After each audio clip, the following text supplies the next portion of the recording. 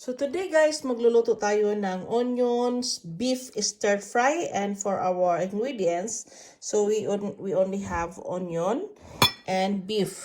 So in our beef, this is 500 grams. So this is 500 grams. Nilagyan na natin ito ng 1/4 teaspoon ng baking soda, 1 teaspoon of oyster sauce, soy sauce, and lemon juice. And we have 1 big onion. So let's go. We will cook now our onion beef stir fry. Good morning guys. For today's vlog, we are going to cook onion beef stir fry. For our ingredients, we have 500 grams na beef. Nilagyan natin ito ng 1/4 teaspoon ng baking soda, 1 teaspoon ng soy sauce, 1 teaspoon ng oyster sauce, and 1 teaspoon ng lemon juice. So, nagpapainit na tayo ng kawali or frying pan. Init na, sobrang mainit. Okay guys? Then, since it is an onion, we are using 1 big onion. Na-slice na natin ito. Okay. So, we are going to half cook.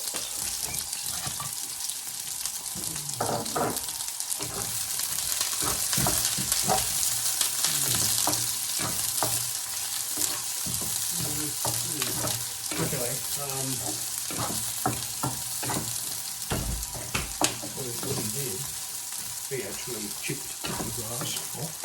Okay. And then he sprayed it. Spray? After he chipped the grass off.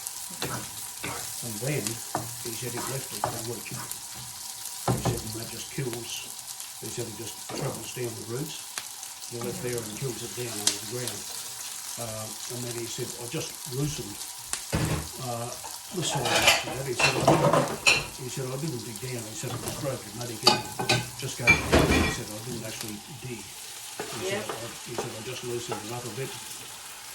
And then he said, I put a amount of dirt straight over the top of that. And then he said, I put in whatever the hell we put in. And then put about that much over the top of the dirt. He said, that's it. Yeah, that's it. So, He said, okay. I think we can do that.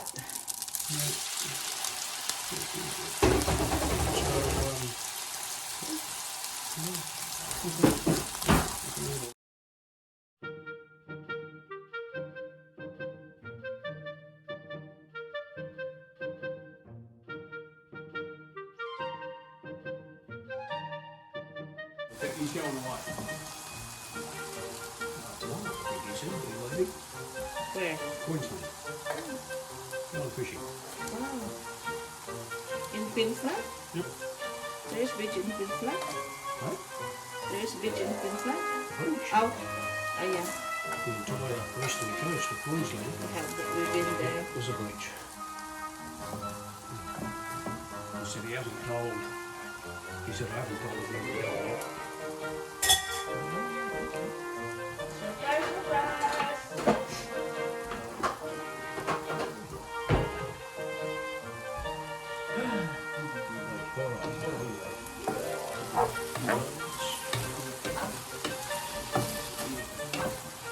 So we will sprinkle a little bit of pepper. So we should not overcook our beef, mga girls and boys. Our beef is, we use Scotch fillet. So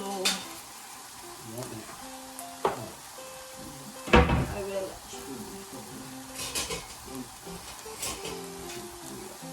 We will put back our onion.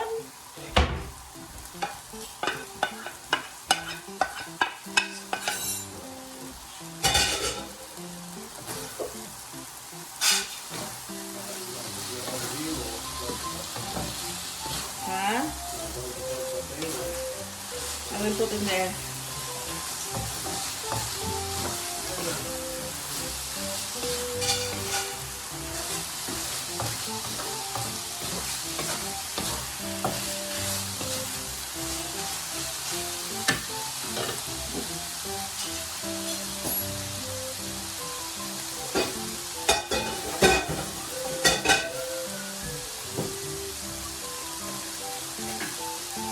last but not the least, I have added half tablespoon ng teriyaki sauce.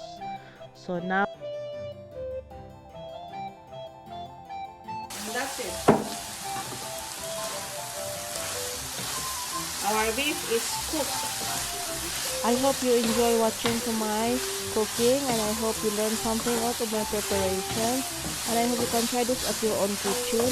See you guys on my next one. This is now our onion beef stir fry, and if you haven't subscribed yet to Test Home, please subscribe. So hit nyo na rin ang notification bell para updated kayo sa susunod kong mga videos. So onion beef stir fry. I hope you can try this in your own kitchen. Thank you for watching, and God bless. Bye-bye.